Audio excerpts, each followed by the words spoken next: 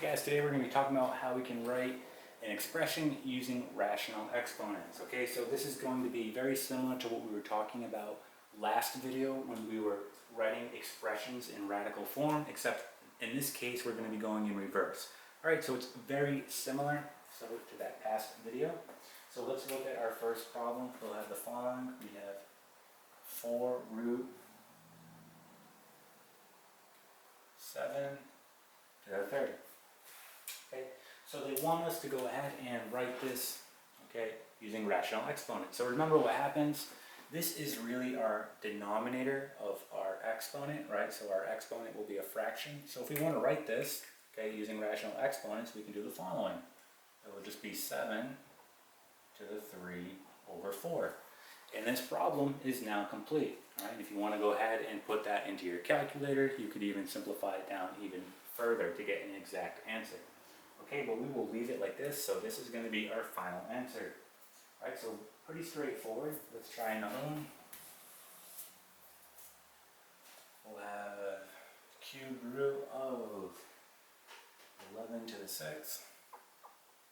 Again, this is going to be my denominator of my fraction, so let's rearrange it. I'll have 11 to the 6th over 3. Well, 6 divided by 3 is going to be 2, so I have 11 squared, right? And we know that 11 squared is simply just going to be 121. So your final answer here is 121. Okay, let's try a few more.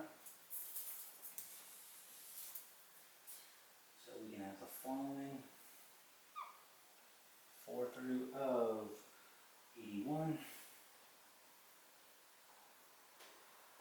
Okay, and this will all be to the 3rd power here. Okay, so look how we're going to rearrange this. Alright, so we know that this is going to be our denominator. Okay, so we'll have the following. We'll have 81 to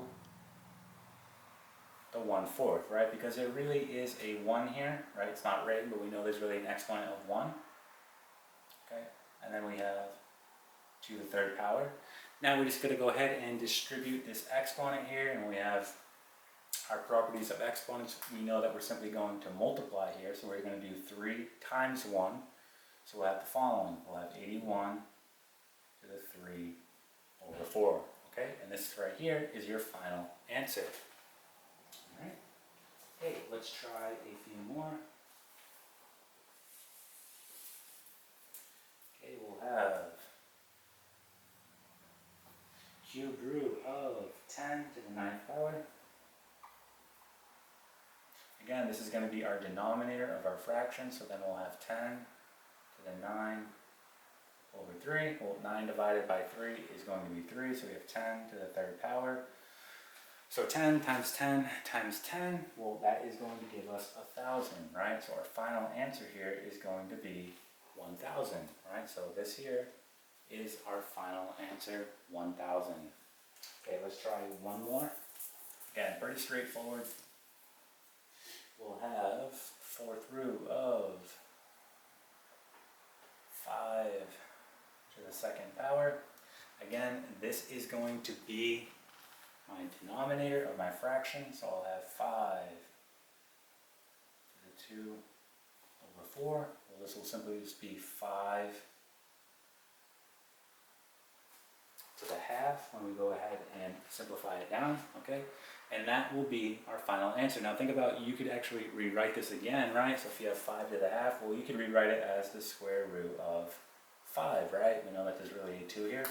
So either one of these would be fine, okay? So 5 to the half, and you want to go ahead and put it back in a radical, you could do that as well, okay?